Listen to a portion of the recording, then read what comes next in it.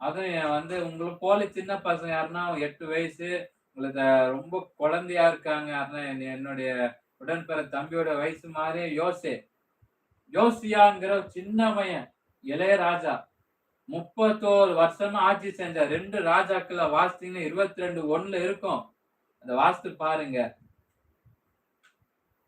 தேவனுடைய வீட்டுல கர்த்தருடைய புஸ்தகம் என்ன தொலைஞ்சிச்சான். யார் ஐயகோ அப்படின்னு சொல்றாரு அப்படி. தேவனுடைய வீட்டுல தேவனுடைய புஸ்தகமே தொலைஞ்சு போயிடுச்சான். இன்னைக்கு நம்ம சபையில பெரும்பாலான பைபிளே தொலைஞ்சு போயிடுச்சு. பெரும்பாலானவற்றில் பைபிள் எங்குமே காணாம போச்சு. தொலைந்து விட்டது. பாரம்பரியமோ அதற்கு பதிலாக தலை தூக்கி விரித்தாடி போட்டு போய்விட்டது. பாருங்க, இந்த நூல் இறைச்சட்ட நூல் வந்து நூல் வாசிக்கப்பட்டதை கேட்ட யோசியா சின்ன வயசு சின்ன பையன் ராஜா வந்து 31 வருஷம் ஆட்சி செஞ்சு சின்ன பையன் வந்து பார்த்தா வஸ்திரத்தை கிழிச்சிட்டானா.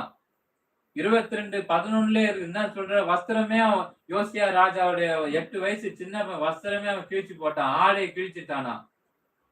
நம்ம இதயத்தை நம்ம கிழிக்காவிட்டாலும் கூட நம்ம எதையாவது இருந்து எப்பொழுதுதான் நம்ம செய்யணும்னோ அப்படின்னு யோவேல் 2:13 வாசிக்கிறோம். இவ்விதமா நம்முடைய வாழ்க்கையை வந்து பாத்தீங்கன்னா துக்க உடனே அடைவதே தனிநபர் எழுப்புதலுக்கு ஒரு அடையாளம். இதை தொடர்ந்து கட்டாயமே கொண்டாட்டம் வரும்னு சொல்லலாம். ஆனா 2 ராஜாக்கள் 23, 22, 23 வாசித்து பார்த்தீங்கன்னா இதே போன்ற பஸ்கா கொண்டாட்டம் இருந்ததே இல்லையாம். 23, 22, 23 பஸ்கா கொண்டாட்டமே கிடையாதாம், இல்லையாம்.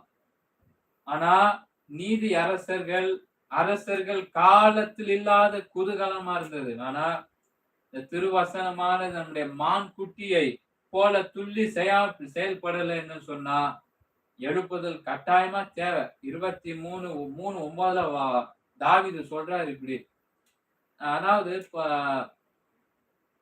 அறிக்கையிட்டு சொல்லி பாத்தீங்கன்னா தேன் கூட்டு தேனிலும் ஒரு இனிப்பு திருப்பாடனுடன் கீழ்கண்டவாறு நம்ம அறிக்கையிட நம்ம முடியும் சொன்னா கண்டிப்பா முடியும். திரள் கொள்ளை பெற்றது போல ஆனந்தம், தேன் கூட்டு தேனிலும் ஒரு இனிப்பு அப்படின்னு தான் நம்ம அறிக்கையிட்டு தான் நம்ம சொல்ல முடியும்.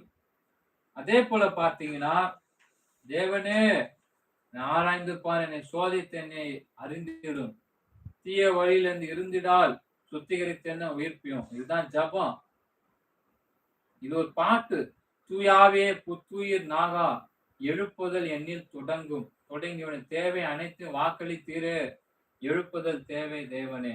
சுத்தம் செய்தீர், நன்றி நவிழ்கிறேன், இன்னும் வார்த்தையால் தூய்மையாகிவிடும். அன்று தொட்ட அதே அக்கினி இன்று என்னை சுத்தம் செய்யும். அது வந்து யார் தெரியுமா அந்த பாட்டு எழுதி இந்த பாட்டு ஆங்கிலத்துல ஏற்ற டாக்டர் ஆல்வின் ஜே ஆர் அப்படிங்கிறவர் தான் 1912 அவர் பிறந்தாரு. 1987 மரிச்சார். இந்த காலத்துல அழியாத பாட்டு இந்த யார் தெரியுமா பாட்டை இயற்றினாரு? Doctor Edwin J R. அவருடைய கூகுள்ல நீங்க பாத்தீங்கன்னா கண்டிப்பா வரும்.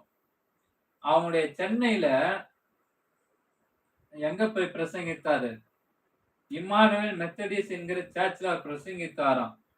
அவர் வந்து முதுகலை பட்டப்படிப்பு மாணவரா அவர் வந்து 1978ல அவர் கேட்டாரு. முடிஞ்சதும் பைபிள்ல கையெழுத்திட்டேன், அவரிடம் கொடுத்தேன், கையெழுத்திட்டு அதற்கடியில் 1 என்று எழுதினார். இதுதான் எழுப்புதலுடைய வீரன், ரிவைவலிஸ்ட் பாணி. இது ஒரு சுவிசேஷகத்தில் இருந்து யோவான் 10:10 அப்படின்னு எழுதி இருக்கு பாராம்.